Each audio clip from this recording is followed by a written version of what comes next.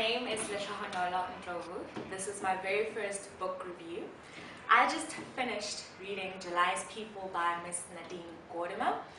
She writes like she's reciting a very long poem. Her use of imagery is very dreamlike, how it ties along.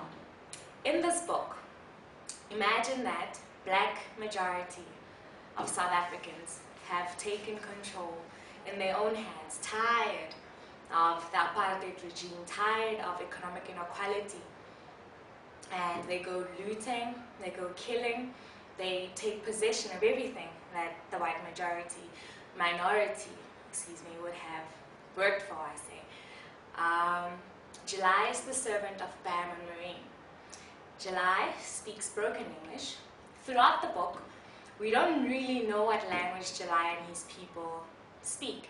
But before I get to his people, July suggests in a living room he's never sat in. In the past 15 years he's been working for Bam and Marine. He suggests that they go with him, they leave with him, they escape with him and go live with him at his village.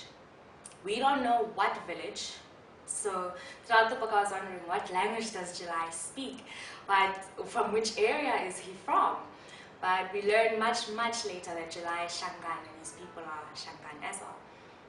So they go live in a village, and Marine, they give up their en-suite bedroom with a bathroom, a house with a room for everything, a room to watch TV, a room to eat, a room to cook, a room to bath, a room to take a shower, to go live in a small little hut, small space with a thatch roof. July's people.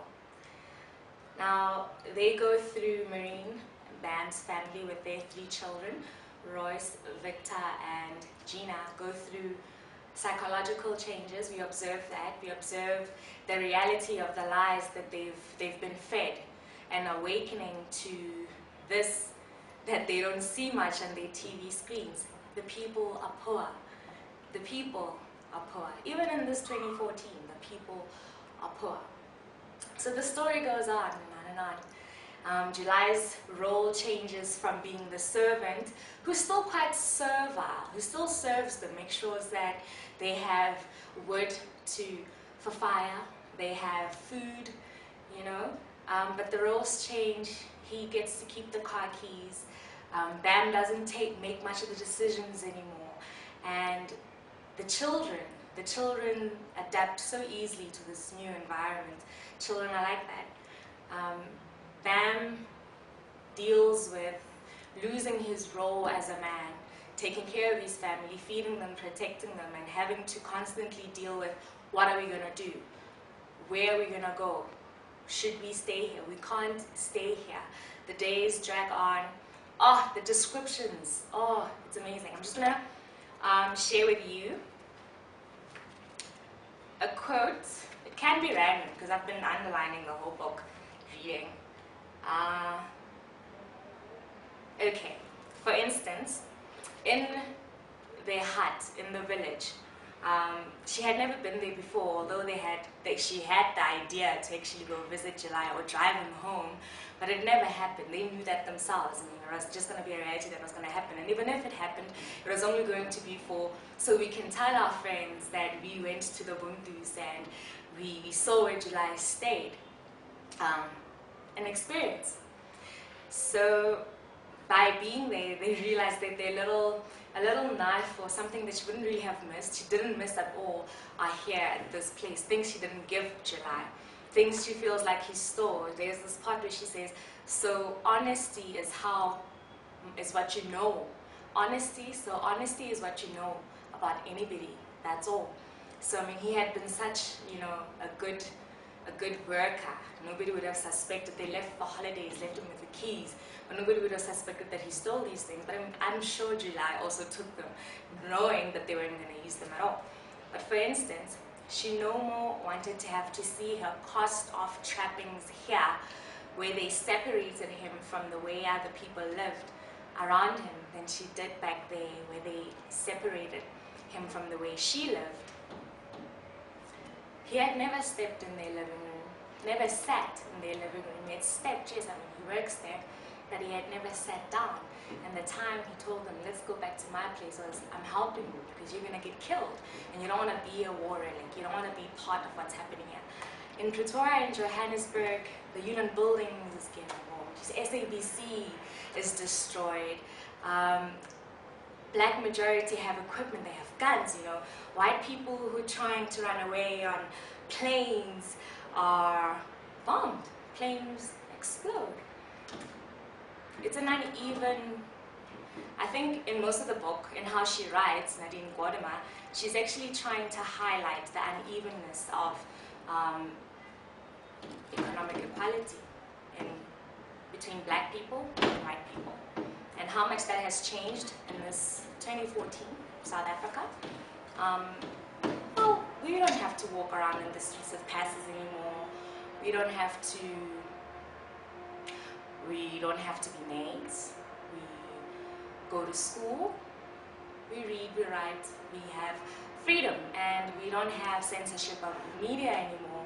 We're not segregated according to you're black and you're supposed to be living in this area, and we live here and you're not allowed to be here. It doesn't happen anymore.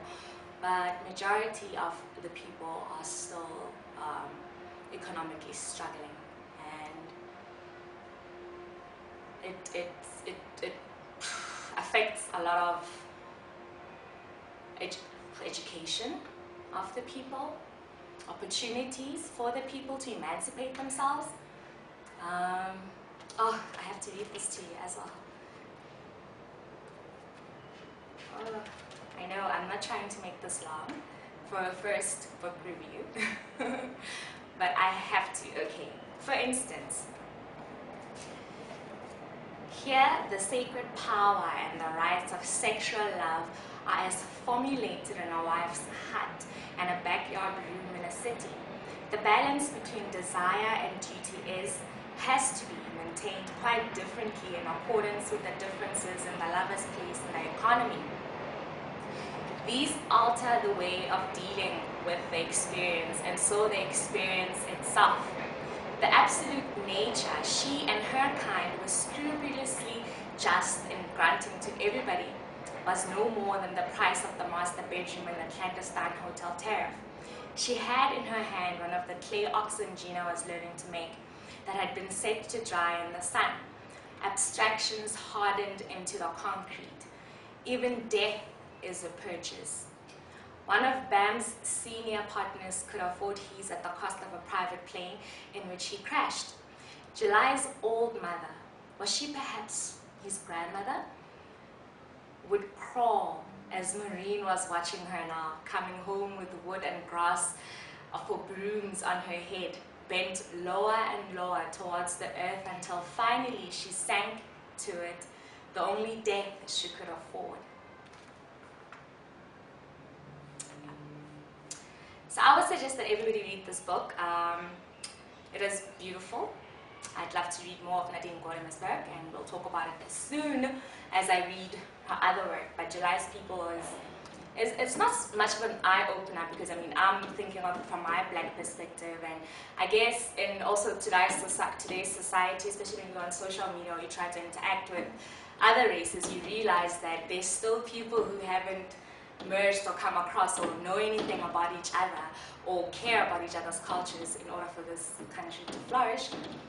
And yeah, July's People.